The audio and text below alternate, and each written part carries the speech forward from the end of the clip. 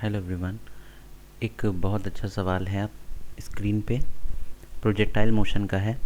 Question में कह रहा है कि at what angle should a body be projected with a velocity of 24 metre per second just to pass over the obstacle 16 metre height at a horizontal distance of 32 metres. सबसे पहले तो इसका मतलब समझते हैं क्या कह रहा है क्वेश्चन में कह रहा है कि आपको एक ऑब्जेक्ट दिया गया है, उसको फेंका गया है, ठीक, और किस एंगल पे उसको फेंका गया है ये पूछा है। ये देखिए यहाँ से एक ये पैराबोलिक पाथ ये ट्रेस कर रहा है। ऑब्जेक्ट को इस ओरिजिन ओ पॉइंट से फेंका गया है और वो यहाँ से पास होते हुए इस पी पॉइंट पे पहुँचना है। अच्छा है क्या पी पॉइंट, क्या चीज़ है? कह रहा है कि जब आपने ओ से एक ऑब्जेक्ट ऐसे ऐसे फेंका तो उसको उसकी रफ्तार होनी चाहिए 24 मीटर पर सेकेंड। और 24 मीटर के साथ साथ आपको ये भी ख्याल रखना है कि एक बीच में ऑब्स्टिकल खड़ा है पी से, ये पॉइंट मान लेते हैं हम एम। तो पी से एम एक ऑब्स्टिकल रखा हुआ है, मान लो कोई चीज़ खड़ी हुई है पी एम 16 मीटर ऊंची है, दीवार मान सकते हैं, इसको क्रॉस कराना है, ठीक। और ये जहाँ से हम बॉल फेंक रहे हैं या ऑब्जेक्ट को फेंक रहे हैं, इस ओ से एम तक की दूरी 32 मीटर है। तो क्वेश्चन में पूछ रहा है कि कितने एंगल पे हम इसको फेंकें ऑब्जेक्ट को कि हमारे से 32 मीटर की दूरी पर एक 16 मीटर ऑब्जेक्ट को वो क्रॉस कर जाए, ठीक है। तो इसके लिए दो तीन चीज़ों का हमें ध्यान रखना पड़ेगा। सबसे पहले तो इनिशियल वेलोसिटीज़ के कंपोनेंट्स। तो इनिशियल वेलोसिटी के कंपोनेंट मैंने इस प्रोजेक्टाइल के डायग्राम में आपको बना के दिखा दिए हैं कि दो प्रकार के कंपोनेंट्स इसमें इस्तेमाल किए जा रहे हैं। नंबर वन, एक तो है हॉरिजॉन्टल कंपोनेंट जिसको हम कहते हैं you cos theta. You cos theta वो कंपोनेंट होता है इस इनिशियल वेलोसिटी यू का, ये इनिशियल वेलोसिटी यू का वो कंपोनेंट होता है जिसकी वजह से कोई भी ऑब्जेक्ट हॉरिजॉन्टली मूव करती है। और अगर वो ऑब्जेक्ट ऊपर की तरफ वाई एक्सिस की तरफ मूव करते हुए दिखे, यानी कि वाई डिस्प्लेसमेंट करता हुआ दिखे, तो हॉरिजॉन्टल के साथ साथ एक वर्टिकल कंपोनेंट भी उसमें काम करता है उसको ऊपर उठाने में। उन दोनों का यानी यू कॉस थीटा और यू साइन थीटा का जो रिजल्टेंट होता है वो यू होता है जिससे हम फेंक रहे हैं गेंद को। अब ये तो हो गई गेंद फेंकने की बात। तो हम लोग सबसे पहले ये चीज़ समझ गए कि यू कॉस थीटा क्या है, एक हॉरिजॉन्टल कंपोनेंट है किसका, इनिशियल वेलोसिटी का। यानी कि इसको हम लिख लें, इसको लिखेंगे किस तरह से कि यू एक्स की वैल्यू हो जाएगी यू कॉस थीटा और यू वाई की वैल्यू हो जाएगी यू साइन थीटा। ये बात हमारी एकदम क्लियर हो गई, ठीक। अब इस ऑब्जेक्ट को हमें फेंकना है इन्हीं दोनों वेलोसिटियों का ख्याल करके। तो हम ये मानेंगे ओ से इस पी पॉइंट पे जाते समय, जब पी पॉइंट पर जा रही हो बॉडी या उसको क्रॉस करने वाली हो, तो उसको कवर करने में एक हॉरिजॉन्टल डिस्टेंस भी तो है जो कि है 32 मीटर। ये 32 मीटर डिस्टेंस को इस पैराबोलिक पाथ पी तक पहुंचाने के लिए या ट्रेस करने के लिए हम मान लेते हैं टाइम जो लगा वो है टी, ठीक। टी टाइम लगा होगा जिसमें ऑब्जेक्ट ओ से लेकर के पी पॉइंट को क्रॉस कर गया होगा। और जब उसने इतनी वेलोसिटी से इसको क्रॉस किया होगा तो देखा गया जो रेंज होती है ये 32 मीटर, ये पूरी नहीं हुई है। ये पी पॉइंट की दूरी कितनी है, 32 मीटर। तो 32 मीटर क्रॉस करने में उसको टी समय लगा। तो हम मान लेते हैं इसको कवर करने के लिए क्या, speed equals to distance upon time. क्योंकि 32 मीटर का डिस्टेंस हमें कवर करना है तो 32 मीटर का डिस्टेंस ये हो गया हमारा horizontal distance which is equals to 32 meters. Time is given to us, time is what, t seconds. Let us assume कि उसको p पॉइंट को क्रॉस करने में t सेकेंड लगे होंगे, ठीक। ये चीज़ हो गया। तो उसको किस वेलोसिटी से मूव करना पड़ा होगा, ऑब्जेक्ट यहाँ पे रखा था, p पॉइंट तो 32 मीटर दूर है। 32 मीटर दूर करने के लिए उसको कौन से कंपोनेंट की आवश्यकता हुई, यू साइन थीटा की यू कॉस थीटा। तो क्लियरली दिख रहा है यू कॉस थीटा का मुंह 32 मीटर की तरफ क्रॉस करने में लगा हुआ है, इसलिए यू कॉस थीटा होगी स्पीड। तो हम स्पीड के बारे में लिख लेंगे जिससे ये क्रॉस किया इसने, which is u cos theta. So by this speed u cos theta, 32 meter distance is covered by the object in t second. So by applying the same formula of distance upon time, which is equals to speed, we may get distance equals to speed into time. Alright, so what was the distance? Distance was 32 and speed was u cos theta into t. So this is what? This is the first, this is the speed, u cos theta and t is the time and 32 is the distance. अब हमें ये भी देखना है कि question में u की value दे रखी है. अरे भैया u की वैल्यू दे रखी है. u is how much? 24 meter per second. So we need to put the value of u as 24 meter per second over here. So we might get 32 equals to 24 cos theta into t. ठीक, इतनी चीज़ आ गई समझ में. इसको हम मान लेते हैं इक्वेशन नंबर 1. क्या मान लेते हैं? ये ब्लू कलर से मैंने कर दिया. इसको मान लेते हैं इक्वेशन नंबर 1. या इसके बाद इक्वेशन 1 अगर इसको ना मानिए आप तो टी के फॉर्म में इक्वेशन आप निकालिए. टी के फॉर्म में जब आप इक्वेशन निकालेंगे तो आपकी टी की वैल्यू हो जाएगी 32/24 cos theta. cos theta would get down. तो 32/24 cos theta. इतनी बात आ गई समझ में. ये क्या किया हम लोगों ने? इसकी वैल्यू हम लोगों ने टी के फॉर्म में निकाल ली है. ठीक, अब इसको अगर काटना चाहो तो काट भी सकते हैं. 8 4 = 32, 8 3 = 24. यानी कि क्लियरली साफ साफ लिख लें, टी की वैल्यू हो गई 4/3 cos theta. Now this is the value of T. अब इस वैल्यू की हमें ज़रूरत पड़ेगी अभी आगे. एक इक्वेशन और बनाएंगे हम और उसी में ये टी की वैल्यू सब्सटीट्यूट कर देंगे. ठीक, इतनी बात बताओ आई समझ में आप लोगों को? ये हो गया. अब जैसे इसने 32 मीटर का हॉरिजॉन्टल डिस्टेंस कवर किया था, उसी तरह से हमें ये भी तो ध्यान देना है कि वो ऑब्जेक्ट भैया 16 मीटर ऊंचे भी तो जाए, कि खाली हॉरिजॉन्टल ही जाएगा. 16 मीटर ऊपर भी उसको जाना है कि 16 मीटर के ऑब्जेक्ट को पार कर ले. यानी कि उसको वर्टिकली कितने मीटर ऊपर जाना है ना? 16 मीटर. यहाँ से ऐसा पार करे कि 16 मीटर ऊपर एक ऑब्जेक्ट को क्रॉस करते हुए निकल जाए. तो उसके लिए हमें डिस्प्लेसमेंट की वैल्यू यानी कि 16 रखनी पड़ेगी.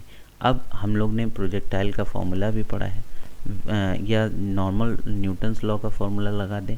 y = h = ut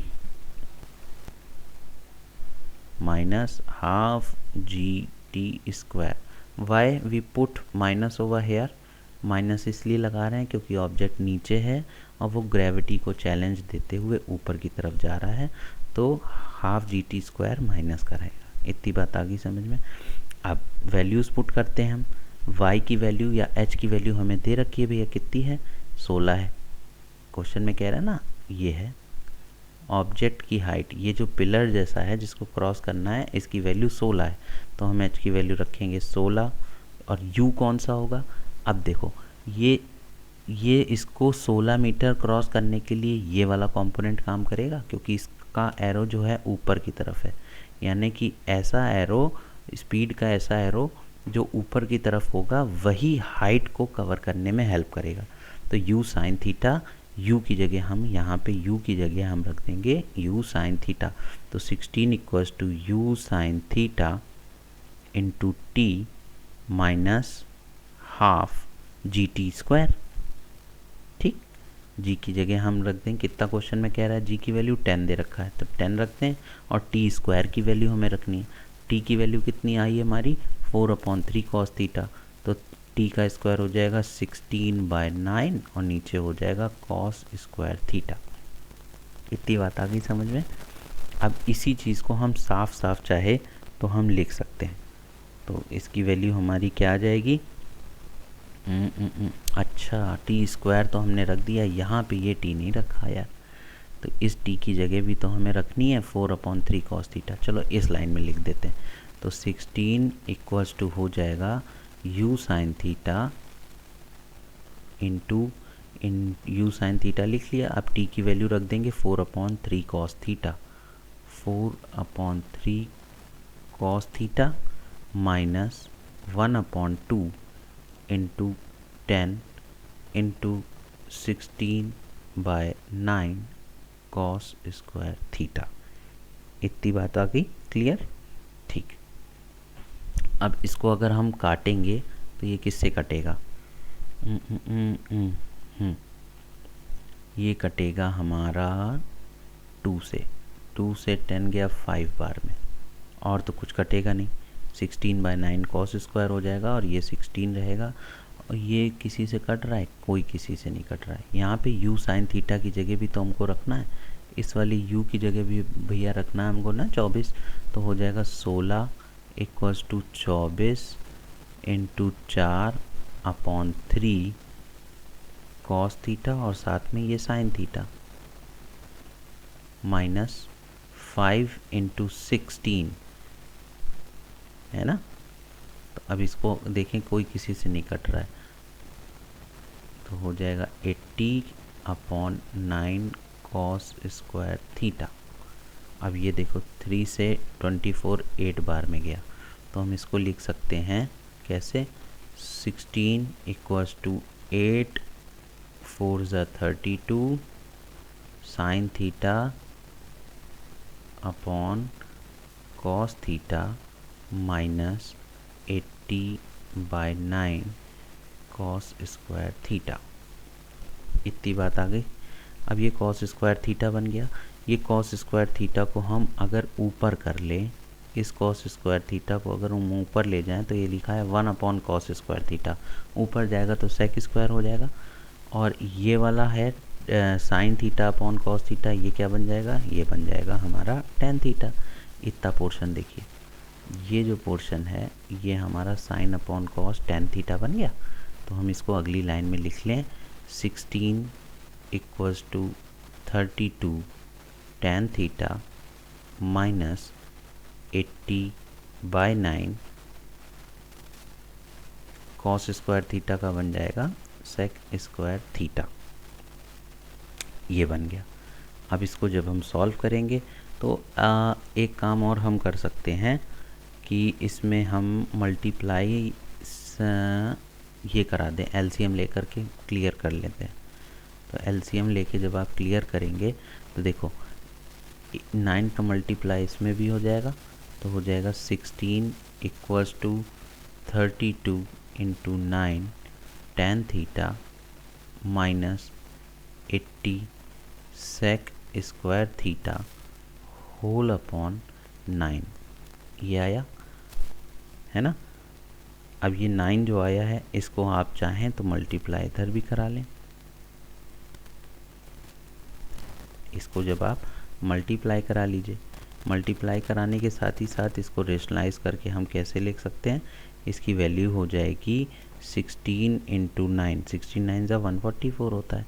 तो आप डायरेक्टली लिख दें, क्या यहाँ से लिखें 144 इक्वल्स टू 32 इंटू 9। अब 32 को 9 से मल्टीप्लाई करेंगे तो 9 2 ज़ा 18 288 tan थीटा माइनस 80 और sec स्क्वायर थीटा। ध्यान दें ये लिखा है sec स्क्वायर थीटा।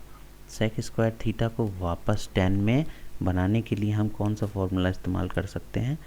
क्या चीज़ होती है sec square theta? tan square theta कैसे बनता है? इसको लिख सकते हैं 1 + tan स्क्वायर थीटा। तो ये हो जाएगा माइनस का 80 और सॉरी पेन गलत सेलेक्ट हो गया, ये हो जाएगा 1 + tan स्क्वायर थीटा। ठीक। अब इसका मल्टीप्लाई अगर हम करा दें चारों तरफ तो हो जाएगा 144 equals to 288 tan theta minus 80 minus 80 tan square theta. ये हो गया।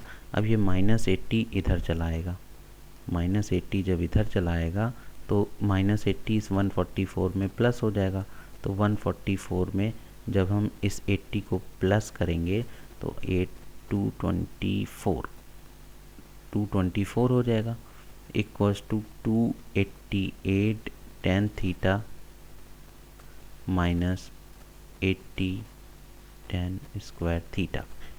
इतनी बात आ गई। आप चाहें तो इसको छोटा कर लें, छोटा मतलब काट के इसको बराबर कर लें। तो अब ये देखिए किसी से कटेगा, इसको सबको एक बराबर ले आओ, एक साथ ले आओ। सबसे पहले 80 tan स्क्वायर थीटा को माइनस का इधर लेके आओ, तो हो जाएगा प्लस का 80 tan स्क्वायर थीटा माइनस का 288 tan theta plus 224 equals to 0। ठीक, अब ये देखो किसी से कॉमन आता है, कोई ऐसा नंबर है जो किसी इसमें कॉमन है, तो आप उसको कॉमन निकाल करके जब इसको पूरी तरह से रेशनलाइज करोगे, 14 से जा रहा है ना, 8 से जा रहा है, इसको काटने की कोशिश करिए, किससे जा रहा है ये, 2 से कटेगा। पहले तो 4 से देखें कटता है, 4 7 ज़ा 28, हाँ 4 5 ज़ा 20, 24, 4 से कट जाएगा। तो ये 80 कटेगा 4 से 20 बार में, 24 ज़ा 80, ये कटेगा 4 से, 4 7 ज़ा 28, 4 2 ज़ा 8, फिर ये 4 से कटेगा, 4 6 ज़ा 24 ज़्यादा हो जाएगा, 4 5 ज़ा 20 और 4 6 ज़ा 24, यानी कि 20 tan स्क्वायर थीटा माइनस का 72 tan थीटा प्लस का 244। इसको अगर हम और सॉल्व करेंगे तो ये क्या बन जाएगा, थोड़ा सा स्पेस कम हो रहा है, हाँ, इसको जब हम और सॉल्व करेंगे तो ये 2 से अभी भी कट जाएगा। देखिए जब 2 से कटेगा, या 4 से देखिए अभी भी कट रहा है, हाँ 4 से कट जाएगा, 4 से ये कटेगा कितने बार में, 4 5 ज़ा 20, 4 1 ज़ा 4, 4 8 ज़ा 32, 4 1 ज़ा 4, 4 4 ज़ा 16। यानी कि ये जो इक्वेशन हमारी आई है ये कैसे बन गई, ये बन गई 5 tan स्क्वायर थीटा माइनस का 18 tan थीटा प्लस का 14 इक्वल्स टू 0। ये इक्वेशन आ गई हमारी, है ना। अब इसको हमें सॉल्व करना है, और इसको सॉल्व कैसे करेंगे, क्वाड्रेटिक के फॉर्म में दिख रही है ये इक्वेशन, एक क्वाड्रेटिक का रूप है। अब इस क्वाड्रेटिक इक्वेशन को सॉल्व करने के लिए हम मान लेते हैं कि tan थीटा जो है वो x है, क्या है, x। तो tan थीटा का स्क्वायर लिखा है, यानी कि x स्क्वायर हो गया, तो इसको हम लिख सकते हैं 5x स्क्वायर माइनस 18, और tan थीटा को हमने क्या माना था, x माना था, तो x हो गया प्लस का 14 इक्वल्स टू 0। अब इसको हमें इस तरह से वो करना है, 14 5 ज़ा 70, ये तो नहीं कटेगा भाई, इसके लिए आपको श्रीधराचार्य मेथड लगाना पड़ेगा। श्रीधराचार्य मेथड में क्या होता है श्रीधराचार्य मेथड में आपको x की वैल्यू आप लिख सकते हैं, ये है a, कंपेयर करिए, ax square plus bx plus c equals to 0। इससे कंपेयर करने पर a की वैल्यू आपको 5 दिख रही है, b की वैल्यू -18 दिख रही है, और c की वैल्यू 14 दिख रही है। ये तीन वैल्यूज़ जो आई हैं, आपको एक फॉर्मूला होता है श्रीधराचार्य मेथड का कि x equals to minus b plus minus under root b square minus 4ac whole upon 2 into a. इस वाले फॉर्मूले में जब आप रखेंगे b की वैल्यू, a की वैल्यू, c की वैल्यू और इसकी वैल्यू, तो ये बन जाएगा x के बराबर, और x की वैल्यू है क्या, tan थीटा। तो आप इसको लिखेंगे यहाँ से tan theta equals to 18 minus b होता है ना, और b पहले से ही माइनस है, तो माइनस b की वैल्यू हो जाएगी प्लस का 18 plus minus under root b square, यानी कि 18 का स्क्वायर लिखेंगे आप, माइनस का 4 इंटू ए की वैल्यू कितनी दिख रही है, 5 दिख रही है, और सी की भी वैल्यू कितनी दिख रही है, 14 दिख रही है। ये हो गया हमारा होल अपॉन 2a, यानी 2 इंटू ए की वैल्यू यहाँ पे कितनी आई थी, 5। ये तो इसको हम कैलकुलेटर से सॉल्व कर लेते हैं, तो tan थीटा की वैल्यू हमारी आ जाएगी सॉल्व करते हैं इसको।